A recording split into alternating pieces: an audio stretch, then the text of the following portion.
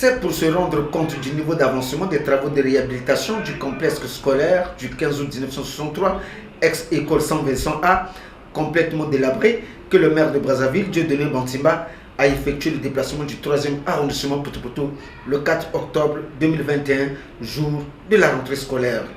Toiture des 4 bâtiments ainsi que sanitaires réfectionnés, salle de lecture multimédia équipée d'ordinateurs, sable blanc déversé dans la cour.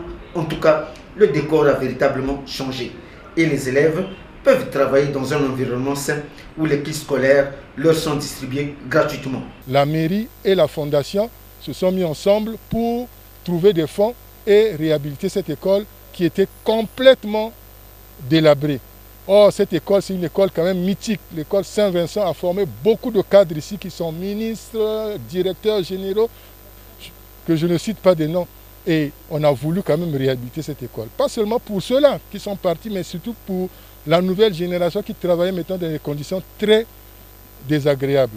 À cette étape des travaux, je peux dire que nous sommes satisfaits. Parce que vu l'état de délabrement qu'il y avait ici, nous sommes dans un environnement un peu plus sain, où les élèves peuvent commencer à travailler dans de bonnes conditions.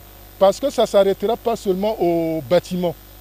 Vous avez vu dans la salle de classe, nous allons continuer à fournir les fournitures scolaires. Vous voyez que nous voulons même innover. On a même créé une salle multimédia avec les ordinateurs. Très contente d'évoluer dans un cadre où il fait désormais bon vivre, la directrice du préscolaire du 15 août 1963 remercie le maire de Brazzaville et la Fondation africaine pour l'éducation pour l'action philanthropique menée en faveur des enfants. Les années passées, il était dans un état de délabrement qui nécessitait une remise en état. Grâce aux travaux de réhabilitation par ces infrastructures, notre centre d'éducation préscolaire 15 août 1963 retrouve son éclat. Certes, les travaux ne sont pas encore achevés, mais ce qui a été déjà fait par la société GTC en moins d'un mois l'a été grâce aux donateurs de bonne volonté. Nous appelons les anciens de l'école Saint-Vincent, les sociétés de la place, toutes les personnes de bonne volonté, les parents d'élèves, à continuer à nous doter de moyens pour qu'on améliore, qu'on aille plus loin. Là, on a assuré l'étanchéité de toute l'école. Les eaux de pluie ne vont plus rentrer pour empêcher ces enfants d'apprendre. On a fait beaucoup, mais il reste toujours beaucoup à faire.